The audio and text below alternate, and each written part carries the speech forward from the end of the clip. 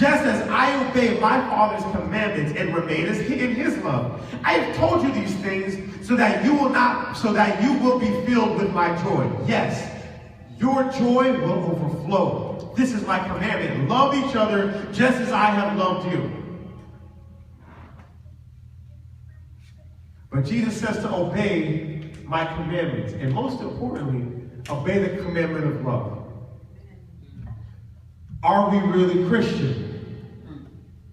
Because if you mention holiness, if you mention righteousness, if you mention abstinence, and if I start saying if you're not married, you better be keeping yourself to yourself. If I start saying, now see, on the other side, I'm not going to tell you that you're going to go to hell.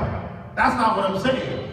But what I am saying is, as Paul said, you did these things when you didn't know better. You did these things because Jesus said in Jeremiah 31:33, that God said this, God the Father himself said this in Jeremiah 31:33. He says that no longer will people ask who is their God. He says, because they will know, because the new covenant will be greater than the old covenant.